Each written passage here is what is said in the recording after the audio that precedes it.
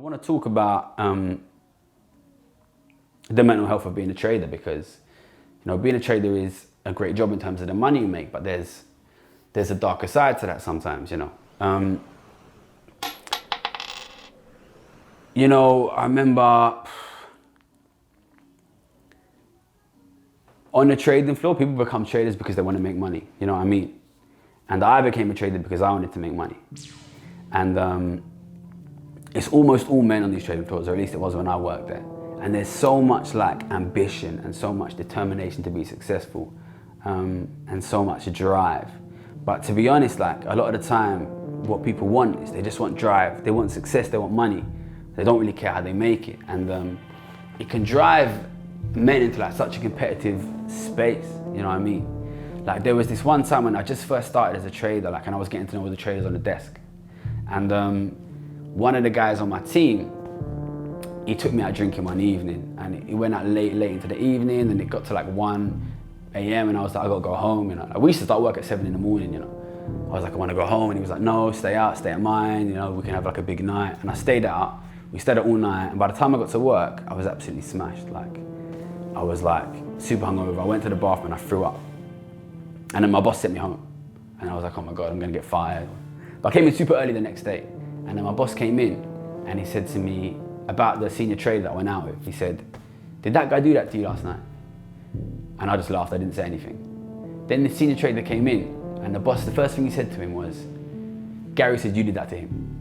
And then this guy, right, I remember at the time, I used to sit on the edge of the desk, and there was an empty seat to the next to me, and beyond that was this guy who I went out with. And he was in his early 30s. He was a big guy, he used to play rugby, right? Big guy, right? And I was sitting there doing my work on a computer, and I turned around and look at him. The guy was looking at me straight in my face like this. And he was growling like a wolf, like this.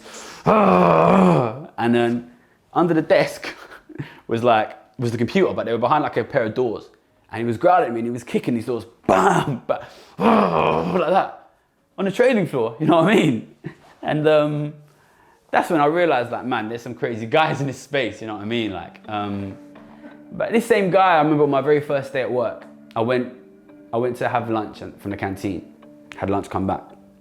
And he said to me, where have you been? I said, I've been to the canteen. He said, I've worked here for 12 years. I never once had lunch at the canteen. We eat lunch on the desk. And that was my first day there, right? And I see they're trying to sort of haze you into a space where you feel your responsibility is there, have to be on the desk, have to be all the time.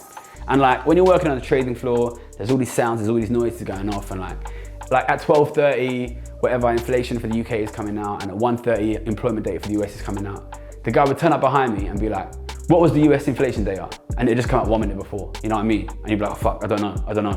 And you feel you have to know, and you get into this situation where you start to feel you need to know every single thing that's happening all the time, you know what I mean? And when you become a big trader, you've got these trades running through your book all the time, you have to check them. People will book wrong trades into your book to try and take money off you have to check them, you have to go and get the money back. You start to feel like you're surrounded by wolves, in a sense. And I remember this one time, eventually when I was becoming a really successful trader, I was able to hire my own junior trader. And I hired this young guy, Italian guy, nice guy. And he was my junior in 2011, which was the year that I became the most profitable trader in the bank. And he thought that was great because he was a junior for the most profitable trader in the bank, you know what I mean? But he was quite critical of me sometimes. And he said to me, listen, Gary, I think you're a great trader, but you've got a problem with your personality, which is you're too homo homini lupus. That's what he said. And I was like, what the homo homini lupus? What the fuck, what's homo homini lupus? He goes, homo homini lupus is Latin. It means man is wolf to man. And I was like, what do you mean? What are you talking about? He goes, you think you're surrounded by wolves. You think everyone is a wolf. And I said, look at this place. Look at where you are. Look at the people around you. I think I'm surrounded by wolves because I am surrounded by wolves. And then I think in hindsight, that's probably a sign that he was exactly right in his criticism of what he was saying, you know what I mean? But, I loved my time on the trading floor. in some senses. I worked with some amazing people. I learned so much about economics, about how the world works. But I definitely internalized this sense that the world is full of wolves and people are out to get you. People are out to take your money and it's a competition.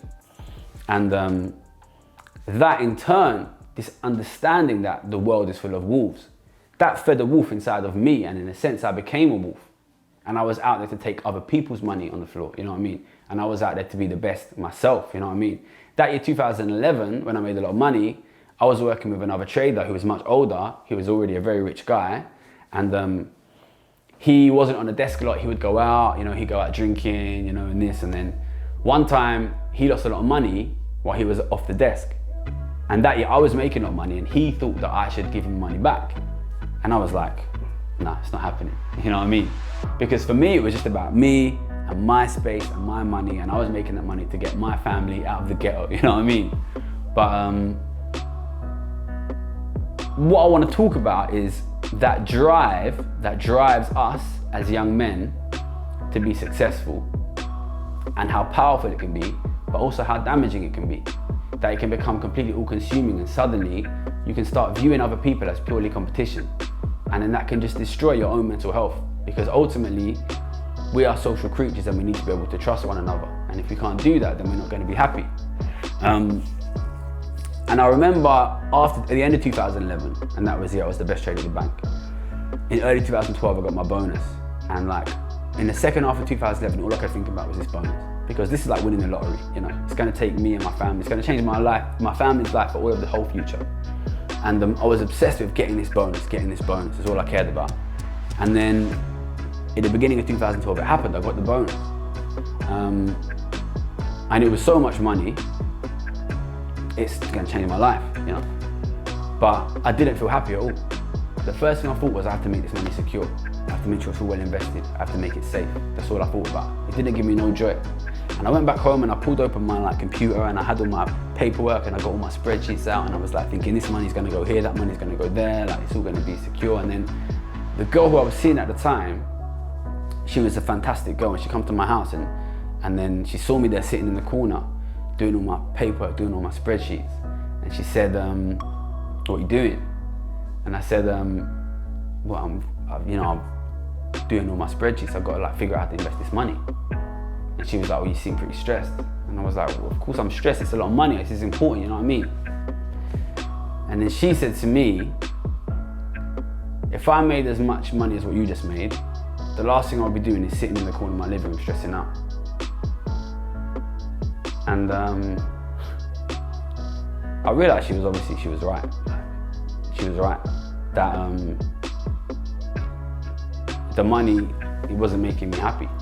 It was just pulling me away from where I came from and the people that I grew up with and from everything that I knew.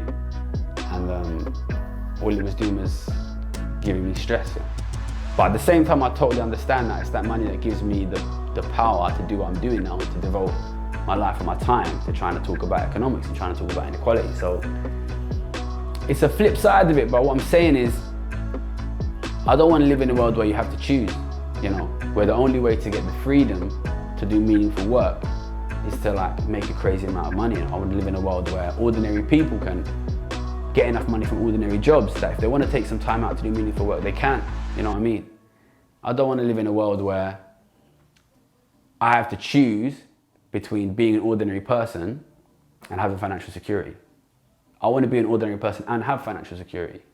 I want to have financial security and live in a world with other people that come from where I'm from with financial security, you know. So that's why I'm saying, well, that's why I do the work that I do.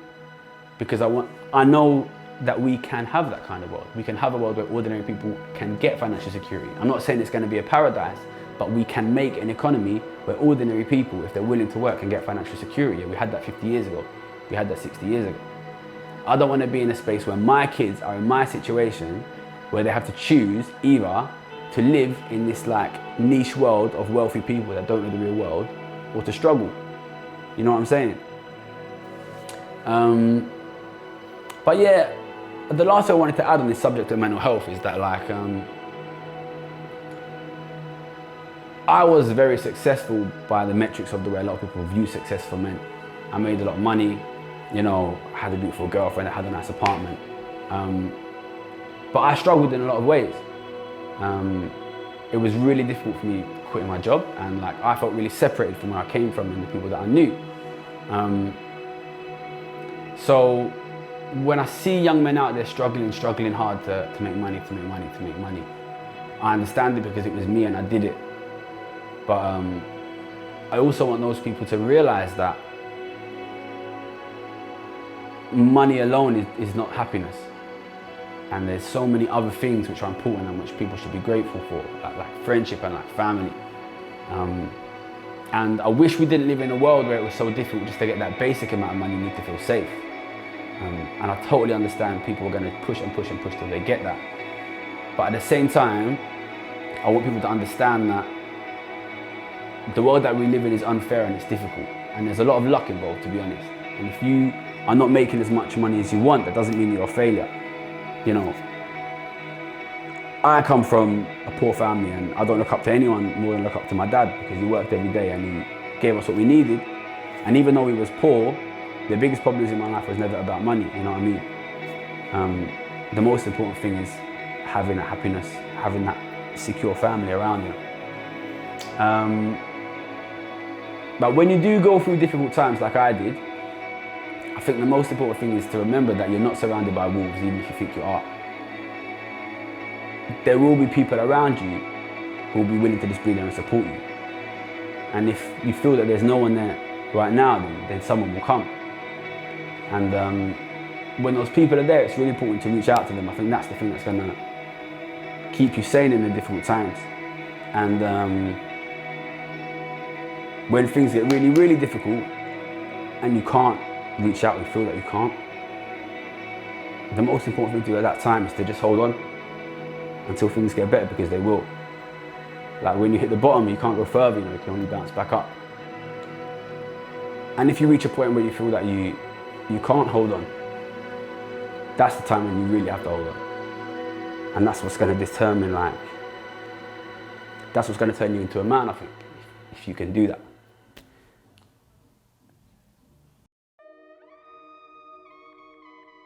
You cannot be surprised when these people turn to crime and these people turn to dangerous means of getting it. If the best people were in the best jobs, then they'd come from all throughout society. But right now, they all come from the same schools and the same families.